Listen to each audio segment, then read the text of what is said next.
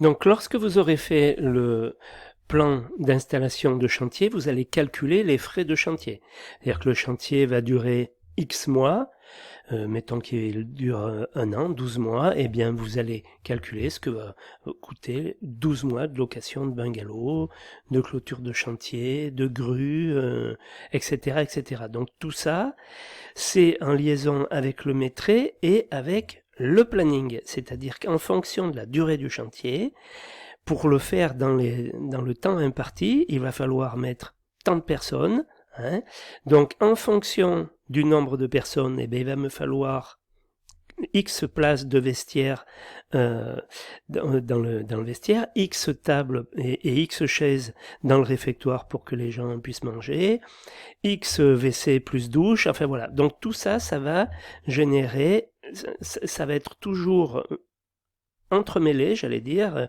L'un va faire l'autre, c'est-à-dire que du métré, en fonction du métré et donc des modes opératoires que vous allez choisir, vous allez faire plutôt par exemple du voile, enfin des murs en béton que des murs en parpaing, donc il va falloir une grue de telle et telle puissance, telle et telle hauteur, en plus en fonction de l'environnement du chantier, c'est-à-dire est-ce qu'il y a des bâtiments hauts, hein, en suivant la hauteur des bâtiments qui entourent le chantier, enfin voilà. Donc tout ça, ça va générer des sous, hein, des frais. Donc c'est le client qui paye. Hein. Donc il y a intérêt à faire quelque chose de juste parce que c'est pas l'entreprise qui va payer les frais de chantier, c'est le client. Hein, voilà.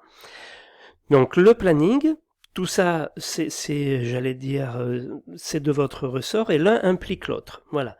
Le métré implique les frais de chantier sont liés au planning et sont liés à tout le reste, hein, à tout ce que ça va coûter. Donc, lorsque vous avez avancé votre étude, vous allez faire le devis quantitatif estimatif, ce qu'on appelle le DQE, le devis ou l'offre. Hein, tout simplement l'offre. Voilà. Donc cela avec vos prix à vous, on va voir, il y a des bordereaux, mais il y a aussi les prix que vous allez faire vous-même, propres à l'entreprise, avec les moyens de l'entreprise. Donc ça s'appelle des sous-détails de prix. C'est-à-dire qu'un mètre carré de mur, un mètre carré de plancher, un mètre carré de cloison, propre à l'entreprise, avec le temps imparti, enfin le temps que mettent les gars sur le chantier à le faire, le prix, le salaire qu'ils sont payés, le coût des matériaux, éventuellement du matériel affecté à telle ou telle tâche, eh bien tout ça, ça s'appelle des sous-détails de prix. Donc, vous allez faire votre quantitatif qui est le métré, que vous allez multiplier par les sous-détails de prix, hein, c'est-à-dire vos prix, pour obtenir le chiffrage. Voilà. Et le chiffrage, c'est le DQE. Donc, le DQE, pareil, vous l'amenez au patron, on en discute avec le patron, on regarde prix par prix, il va vous demander si vous êtes plutôt large, si vous avez chiffré large, ou si vous... Enfin, pour le prix, est-ce que le prix est bien, est-ce que vous êtes au ras des pâquerettes, voilà. Donc ça c'est aussi de votre ressort de moduler avec l'expérience, de moduler un prix. En principe, c'est sur les temps.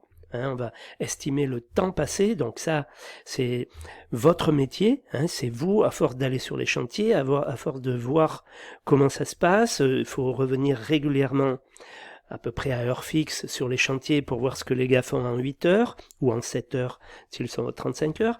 Enfin bref, regardez ce qu'ils font sur une journée pour se rendre compte du temps qu'il faut passer pour faire X, enfin 1 mètre carré de plancher, 1 mètre carré de mur, voilà. Hein. Et donc, arriver au DQE et négocier, enfin expliquer au patron d'où sortent les prix. Finaliser l'offre, donc, le patron va vous dire, il faut que tu arrondisses, hein, tu es à 402 000, bon, il faut que tu me passes ça à 400 000 ou à 390 000 parce que je sais que le concurrent, il va être à 395, enfin voilà, ça c'est le job du patron. Donc vous, vous revoyez votre offre, vous la finalisez, parfois, enfin, de plus en plus souvent, on ajoute une note technique, c'est-à-dire qu'on explique ce que l'on a chiffré et on explique ce que l'on fait et ce que l'on ne fait pas. Voilà, qui était dans la demande, et ça, attention, on ne le fera pas, on va le faire autrement, voilà. Hein. Faut être clair, ça c'est la finalisation de l'offre.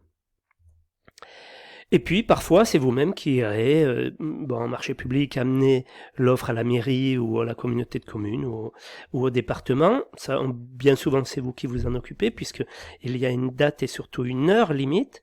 Si c'est 15 heures, c'est 15 heures, c'est pas 15 heures une. Donc il faut livrer l'offre en temps et en heure. Voilà. En marché privé, c'est pas la même chose. Amener le devis et plus une note explicative à tel entrepreneur ou à tel particulier, je dirais c'est pas du tout pareil. Encore que, faut voir qu'il peut aussi avoir des exigences en termes de délai de livraison de l'offre.